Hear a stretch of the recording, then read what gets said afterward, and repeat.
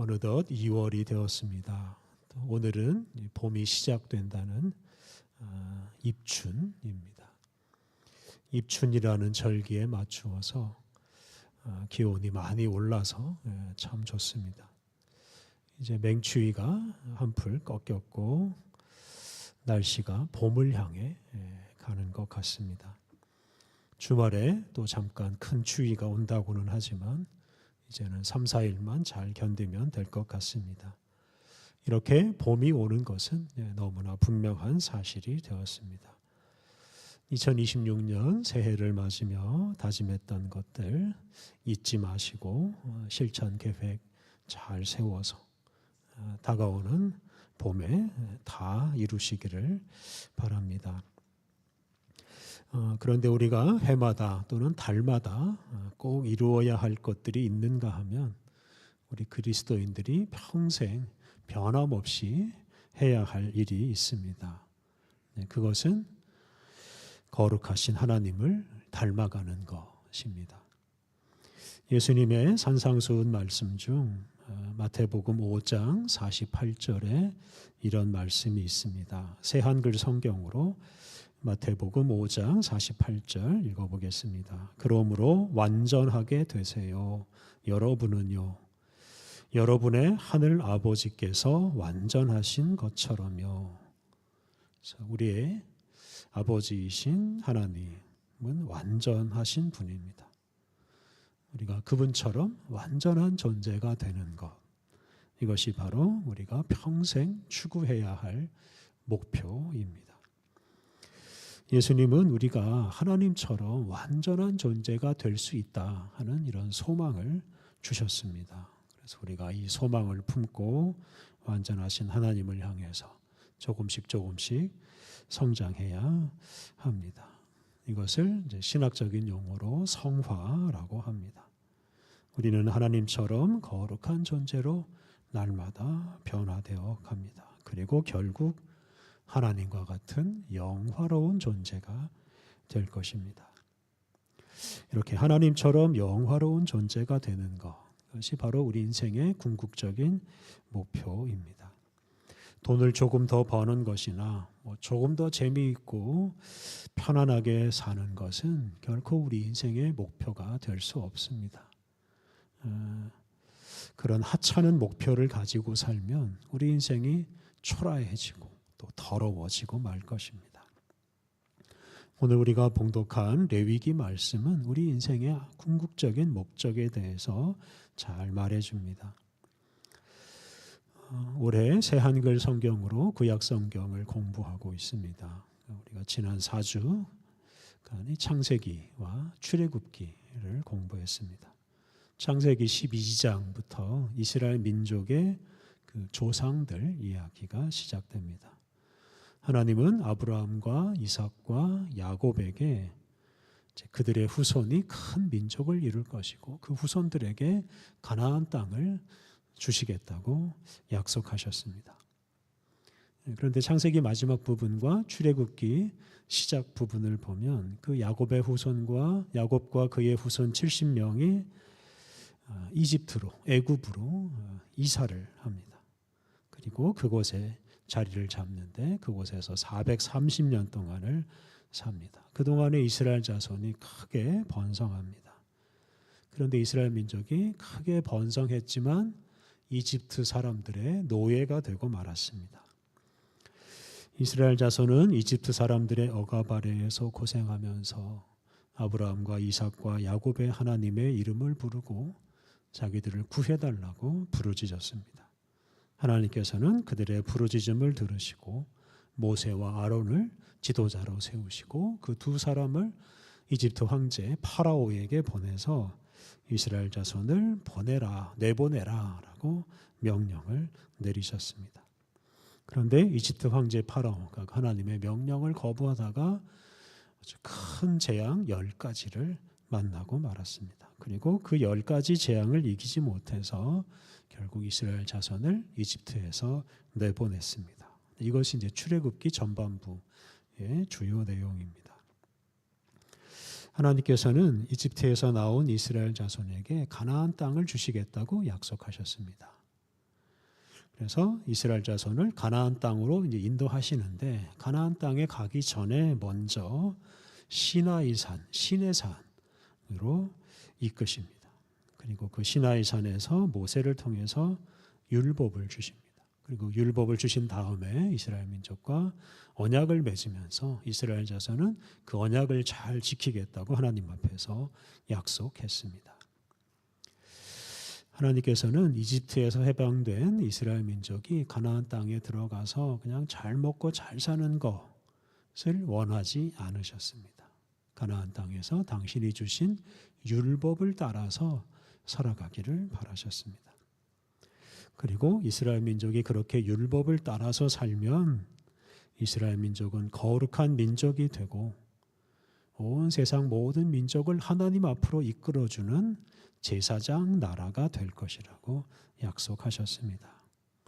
그러니까 이스라엘 민족이 이렇게 율법을 따라 살면 다른 민족들이 그 모습을 보고 하나님을 알게 되고 하나님 앞에 나오게 될 것이라고 말씀하셨습니다. 이렇게 이스라엘 민족을 통해서 세계 모든 민족이 하나님을 알고 하나님이 주시는 복을 받는 것, 이것이 바로 하나님의 큰 뜻입니다. 하나님께서 시나이 산에서 주신 그 율법의 내용은 출애굽기 후반부와 레위기에 담겨 있습니다. 그래서 오늘 그리고 다음 주 수요일에 이 레위기를 공부합니다. 이 레위기는 하나님께서 율법을 주신 근본적인 목적을 잘 말해줍니다. 오늘 봉독한 레위기 11장 44절, 45절 말씀이 이 레위기의 주제 성구라고 할 수 있습니다. 우리 44절, 11장 44절, 45절 말씀을 우리 함께 봉독하겠습니다. 나는 여호와 너희의 하나님이기 때문이다. 너희는 스스로를 거룩하게 하고 거룩하게 되어야 한다. 내가 거룩하기 때문이다. 땅 위에서 기는 작은 짐승으로 너희 스스로를 더러워지게 하지 마라. 나는 너희에게 하나님이 되려고 너희를 이집트에서 데려온 여호와이기 때문이다. 너는 거룩하게 되어야 한다. 내가 거룩하기 때문이다. 하나님께서는 이집트에서 노예로 아주 추하게 힘들게 살던 이스라엘 민족을 구원하셨습니다. 그 목적은 하나님께서 이스라엘 민족의 하나님이 되시는 것입니다. 지난주에 묵상한 대로 하나님과 이스라엘 민족이 이렇게 언약을 맺음으로써 하나님은 이스라엘 민족의 아버지요 보호자가 되시고 이스라엘 민족은 하나님의 다스림을 받는 하나님의 백성이 됩니다. 네, 그런데 이런 관계를 맺기 위해서 꼭 필요한 것이 있습니다. 그것은 이스라엘 민족이 하나님처럼 거룩한 존재가 되는 것입니다. 하나님께서 거룩하시기 때문에 하나님의 백성도 거룩해야 마땅합니다. 더럽고 추한 사람이 거룩하신 하나님의 백성이 될 수가 없습니다. 이렇게 거룩하신 하나님처럼 거룩한 사람이 되는 것, 이것이 바로 이스라엘 민족이나 우리 그리스도인들에게 가장 중요한 목표입니다. 그리고 우리가 하나님처럼 거룩한 존재가 될 때 우리를 통해서 거룩하신 하나님이 세상에 드러나고 하나님 나라 복음이 전파될 것입니다. 그렇다면 우리가 어떻게 거룩한 사람이 될 수 있습니까? 그 길은 한 가지입니다. 그것은 바로 하나님이 주신 말씀, 율법을 따라서 살아가는 것입니다. 하나님께서 시나이 산에서 이스라엘 민족에게 주신 그 당신의 말씀, 율법, 그것의 가장 중요한 목적이 바로 이스라엘 민족을 거룩하게 만드는 것입니다. 그래서 레위기를 보면 우리가 그걸 분명하게 알 수 있습니다. 레위기의 내용을 잠깐 살펴보면요. 레위기 1장부터 7장에는 그 5가지 제사법이 나옵니다. 이 새한글 성경은 이 제사 이름을 다 바꿨는데요. 번제를 다 태우는 제사, 소제를 곡식을 바치는 제사, 화목제는 평화의 희생 제사, 속죄제는 죄 없애는 제사, 속건제는 잘못을 없애는 제사 이렇게 부릅니다. 이 5가지 제사법에 대해서 말하고 이어지는 8장부터 10장은 제사장에 관해서 말씀하시는데 제사장들은 앞서 말한 이 5가지 제사를 사람들이 잘 드릴 수 있도록 도와주어야 합니다. 그래서 사람들이 제사장들의 도움을 받아서 이 5가지 제사를 잘 드림으로써 하나님과 자신의 관계 그리고 자신과 다른 사람들의 관계를 바르게 하고 정결하게 할 수 있습니다. 특히 그 관계에서 모든 죄와 잘못을 없앱니다. 그렇게 5가지 제사를 통해서 거룩한 존재로 변화되어 갈 수가 있습니다. 이어지는 11장부터 15장에서는 그 개인의 일상생활에서 정결한 것과 부정한 것, 더러운 것을 구분하고 분별하는 것에 대해서 말합니다. 부정한 것을 피하는 방법, 또 부정해진 경우 다시 깨끗함을 회복하는 법에 대해서 말합니다. 그래서 11장에서는 정결한 음식과 부정한 음식을 구별하고 부정한 음식을 피하는 법에 대해서 말합니다. 또 12장에서는 출산한 여자가 정결해지는 법에 대해서 말합니다. 또 13장, 14장은 사람의 몸에 생기는 피부병, 나병에 대해서 말하면서 그 나병으로부터 깨끗해지는 법에 대해서 말합니다. 또 15장은 몸에서 피나 다른 이물질이 나오는 질병에 걸렸을 경우에 그것을 정결하게 하는 것에 대해서 말합니다. 이렇게 하나님께서는 정결한 것과 부정한 것을 구분하는 규정을 주시고 그 규정을 따라 살게 하심으로 사람들이 자신의 몸과 생활을 늘 정결하고 거룩하게 하도록 하셨습니다. 그래서 그런 생활을 통해서 거룩하신 하나님을 닮아갈 수가 있습니다. 오늘 우리가 봉독한 레위기 16장 말씀은 대속죄일 또는 속죄일에 관한 규정입니다. 이 속죄일에 관한 규정이 정결에 관한 규정 중에서 가장 중요하다고 할 수 있습니다. 왜냐하면 이 대속죄일은 모든 사람의 죄와 더러움을 없애는 날이기 때문입니다. 이 대속죄일은 7째 달 10째 날, 그러니까 7월 10일에 지킵니다. 이 날을 히브리어로는 욤 키푸르라고 부릅니다. 그래서 이 날은 대제사장이 1년에 한 번 지성소, 새한글 성경에서는 거룩한 곳이라고 부르는데요. 그 거룩한 곳에 들어가는 날입니다.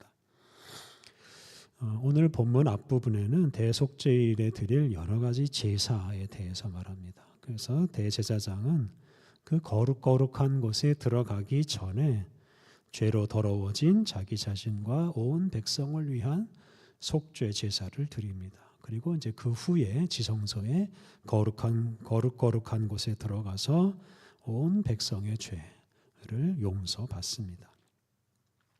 그래서 오늘 본문이 이 대속죄일에 관한 규정을 마무리하는 말씀인데요. 먼저 29절과 30절 말씀을 같이 읽어보겠습니다. 29절, 30절 같이 읽겠습니다.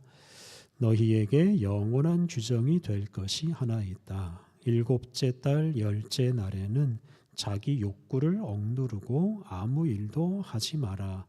토박이든 너희 가운데 나그네로 살고 있는 사람이든 마찬가지이다.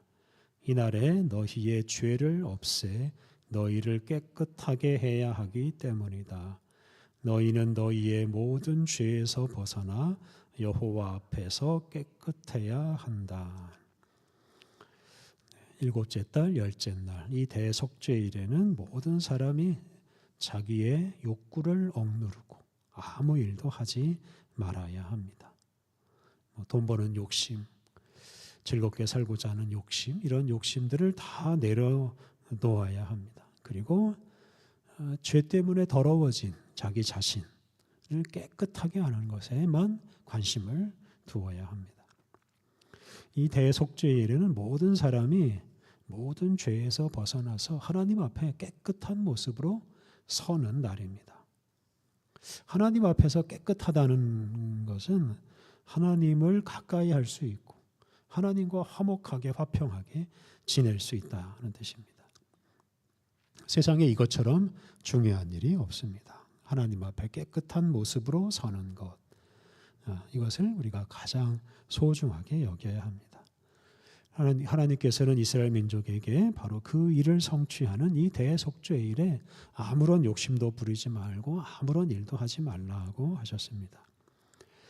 32절부터 34절은 이 대속죄의 일에 대제사장이 해야 할 일을 정리하였는데요. 우리 32절과 33절 말씀을 같이 읽어보겠습니다. 32절, 33절.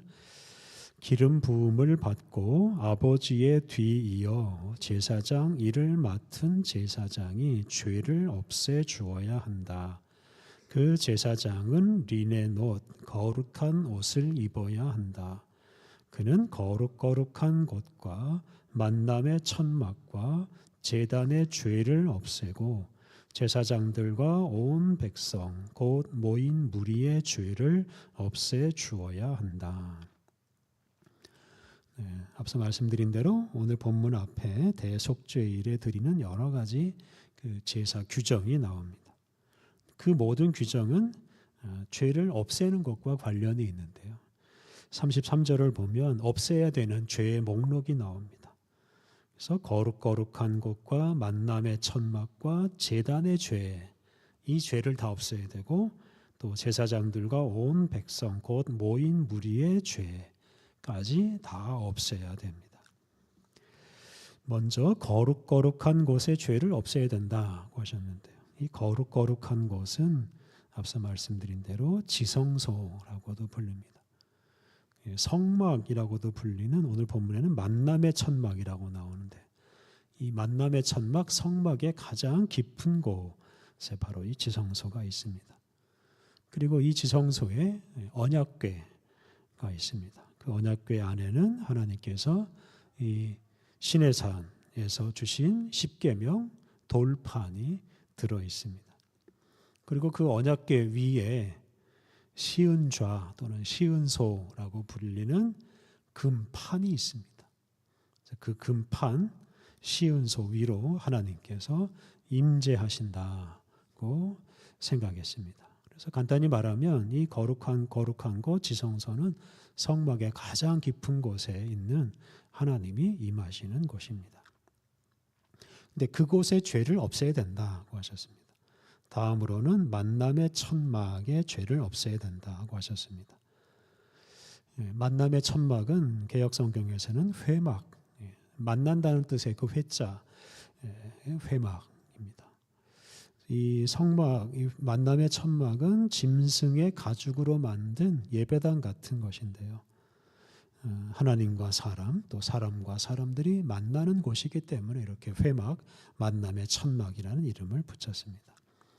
그리고 앞서 말씀드린 대로 이 만남의 천막, 성막 가장 깊은 곳에 바로 이 지성소가 거룩한 곳이 있습니다.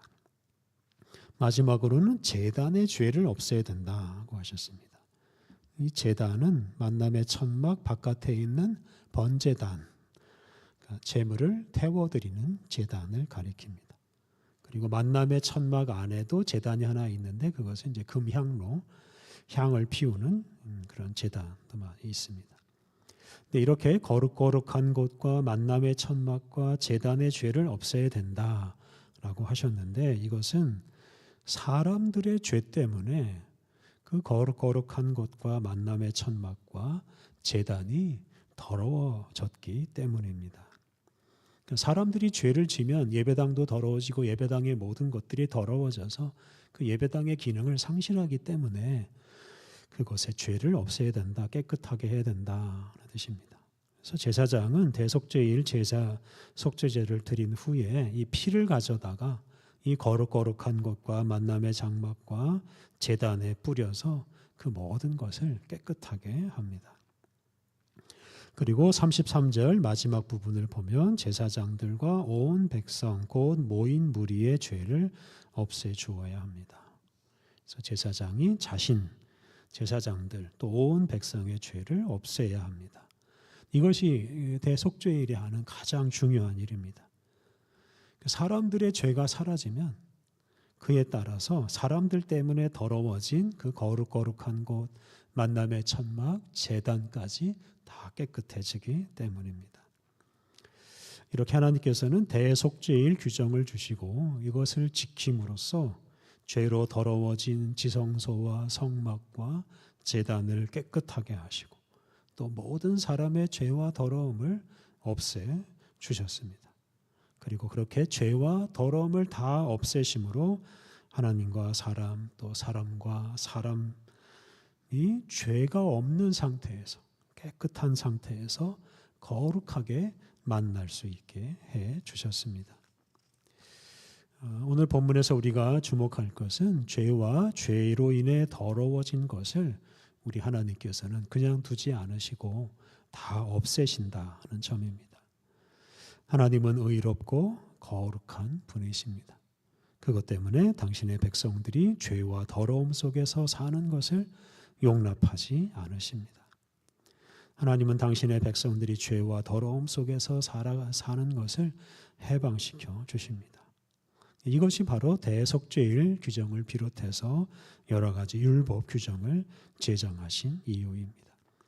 이런 하나님의 사랑 덕분에 사람들은 이런 하나님이 주신 율법을 잘 지킴으로써 죄와 더러움으로부터 해방되는 은혜를 누릴 수가 있습니다. 더 나아가서 하나님은 이렇게 반복적으로 드리는 속죄제나 해마다 지키는 대속죄일 이런 의식을 폐지하십니다. 대신에 예수님을 우리에게 보내셔서 십자가에서 죽으시고 부활하게 하심으로 우리를 죄로부터 완전히 해방시켜 주셨습니다. 그리고 그 예수님의 은혜로 우리는 깨끗한 모습으로 하나님 앞에 서게 될 수 있습니다. 하나님처럼 거룩한 존재로 변화되어 가는 은혜를 얻게 되었습니다. 이와 같은 우리를 죄와 더러움을 없애시는 아버지 하나님과 예수님의 은혜를 우리가 충만히 받아서 죄와 더러움으로부터 완전히 해방되는 인생을 살아야 하겠습니다. 또한 그 은총을 힘입어서 우리가 거룩하신 하나님을 우리 인생의 목표로 삼고 거룩한 존재로 나날이 성장하고 나날이 하나님을 닮아가야 하겠습니다. 우리 함께 기도하겠습니다. 하나님, 죄와 더러움으로부터 우리를 해방시키시고 거룩하고 깨끗한 모습으로 주님 앞에 서게 하시니 감사합니다. 하나님, 우리가 죄와 죄로 인한 더러움 속에 머물러 있지 않게 하옵소서. 죄와 더러움으로부터 우리를 해방시키시는 주님을 영접하여 거룩한 존재로 살아가게 하옵소서. 거룩하신 하나님을 만나고 거룩하신 하나님과 거룩한 교제를 나누는 거룩한 생활을 하게 하옵소서. 내가 거룩하니 너희도 거룩할지어다 라고 말씀하신 하나님, 죄와 더러움을 씻으시는 예수님의 은총을 받아서 나날이 거룩하신 하나님을 닮아가게 하옵소서. 예수님의 이름으로 기도드립니다. 아멘.